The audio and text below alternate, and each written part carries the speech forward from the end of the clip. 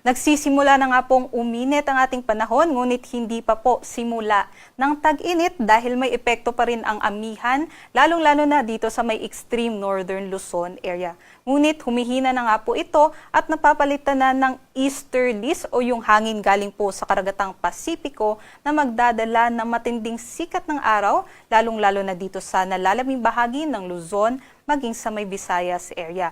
Localized thunderstorms naman po ang makakaapekto dito sa may Mindanao. Para sa ating pagtaya ng panahon dito sa Luzon, inaasahan pa rin po natin dito sa may Batanes, Cagayan, Apayao at sa may Ilocos Norte, yung bahagyang maulap hanggang sa maulap na panahon na sinamahan pa rin po ng mga isolated light rains dahil po sa amihan. Ngunit sa nalalaming bahagi naman po ng Luzon, inaasahan natin yung mainit at malinsangang panahon kaya't magdala po tayo ng mga payong panangga po sa tinding sikat ng araw and also magdala po tayo ng mga tubig para hindi po tayo ma-dehydrate throughout the day.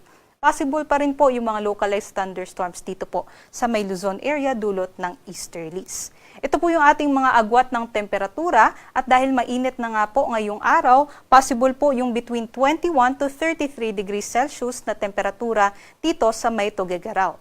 23 to 31 degrees Celsius naman po sa Metro Manila at sa may Legazpi at 23 to 30 naman po sa Lawag.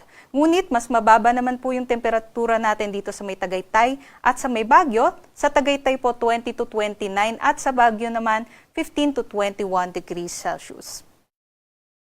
Dito naman po sa may Palawan, Visayas at sa may Mindanao, inaasahan nga po natin matindi din po yung sikat ng araw. Kaya't yun nga po, possible pa rin po yung maalinsangan at mainit na panahon at posible yun yung mga thunderstorm activities, especially pagdating po ng hapon hanggang sa gabi. So possible pa rin po na magkaroon po tayo ng mga biglaang buhos ng ulan, especially sa hapon.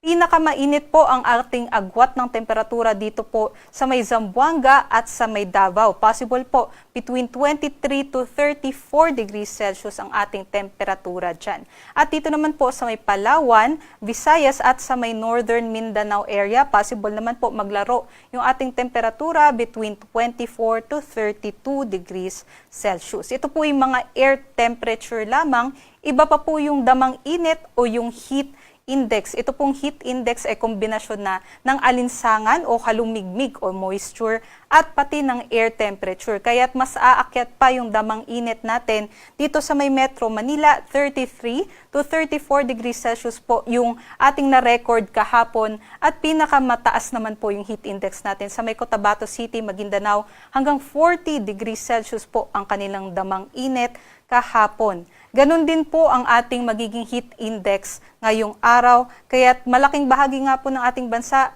doble ingat dahil yung ganitong mga heat index po ay nasa extreme caution category kung saan possible po yung heat cramps, heat exhaustion at maging heat stroke. Kung magbabad po tayo sa tirik ng araw, lalong-lalo na po sa tanghali hanggang sa hapon, doble ingat po sa ating mga kababayan dyan. Para naman po sa kalagayan ng ating karagatan, wala po tayong gale warning kaya't malayo din po makakapaglayag yung ating mga kababayan. At within the next 4 to 5 days, wala din po tayong nakikita na low pressure area o bagyo na mamumuo sa loob at labas ng ating area of responsibility.